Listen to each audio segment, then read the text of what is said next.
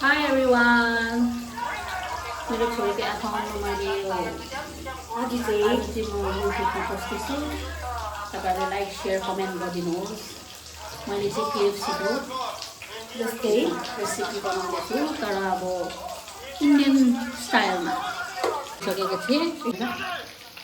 अघि नै म्यारिनेट गरिसकेको थिएँ दिउँसो नै। अन्त अहिले चाहिँ अब उनीहरूलाई खाना दिने बेला भयो। त्यसले गर्दाखेरि मेरो चाहिँ अब सानो भए पिजी नानीहरूलाई सानो भए पिजीमा अब सानो पिजी खोलेको छु। त्यसले गर्दा चाहिँ नानीहरूलाई आज चाहिँ मैले इन्डियन स्टाइल भोलिको स्पेसलमा म्यारिनेट गरेर दिउँसै म्यारिनेट गरेर राखेको थिएँ। त्यसले गर्दाखेरि चाहिँ आज चाहिँ मैले KFC स्टाइलले बनाइदिँदैछु। तपाईँहरूले मन पऱ्यो भने हेर्नुहोस्। के हाल्नु भयो यसमा? यसमा मैले अदुवा लसुनको पेस्ट अन्त नुन अजिनोमोटो अन्त रेड चिली पाउडर अन्त अलिकति गोलमरिच हालेर चाहिँ म्यारिनेट गरेर राखेको थिएँ। कति घन्टा म्यारिनेट गर्नुभयो? 15 मिनट म्यारिनेट गरेको थिएँ। 15 मिनट चाहिँ म्यारिनेट गरेको थिएँ। त्यहाँदेखि चाहिँ मैले फेरि आफ्टर 15 मिनट बादमा चाहिँ मैले फेरि बेसन र कर्नफ्लावर हालेर चाहिँ फेरि म्यारिनेट गरेर त अब अहिले 5 बजी बनाउँदैछु। खै कस्तो भएको रहेछ यहाँ? यस्तो भएको छ हौ अहिले चाहिँ। अन्त अब नानीहरूलाई अब कालो दाल बनाइदिएको छु। भात अन्त यो चिकन अन्त सिलामको अचार है आज सिलामको अचार। सिलाम चाहिँ के हो आमा? सिलाम चाहिँ अब नेपालीको फेभरेट। अब किचनमा पस्यो भने थाहा हुन्छ नानी। खालि पकाउनै मात्रै भन्छ। अन्त अब किचनमा पस्यो भने त थाहा हुन्छ। तिमीलाई भोलिपर्सि तोरी जस्तो हुन्छ होइन? तोरी जस्तो हुन्छ। साह्रो त नभन्नु न क्या है? यस्तो हुन्छ है यस्तो हो। यो चाहिँ मलाई नागाल्यान्डबाट ल्याइदिएको मेरो दिदीले। ए हो र? नागाल्यान्डमा पनि पाउँछ? नागाल्यान्डमा पाउँछ। नागाल्यान्डमा त माछामा हालेर बनाएर खान्छ। पोस्ता के भन्छ नि त्यस्तो रहेछ है? यसमा पोस्ता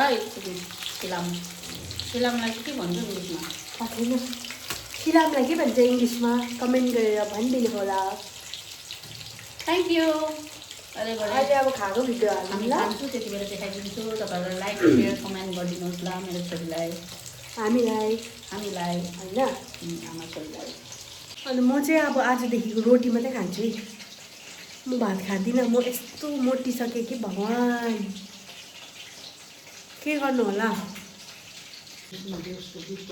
के खान्छु र?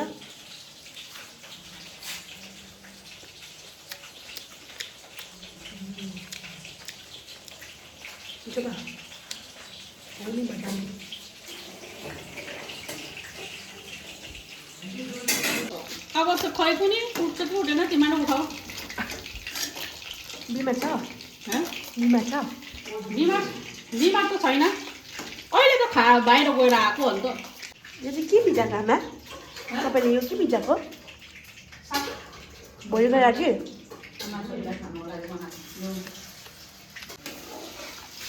त्यस्तो निदाको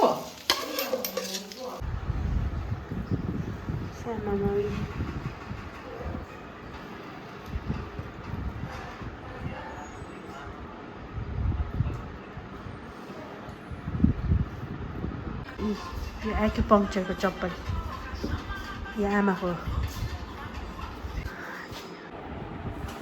100 मा कता मेला? कञ्चनजङ्घा स्टेडियममा। आमाम्मा के खतरा हो।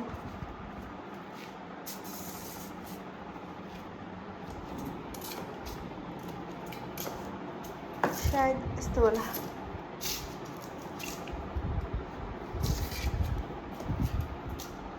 ए तपाईँले लगाए पनि उल्टै हुँदो रहेछ।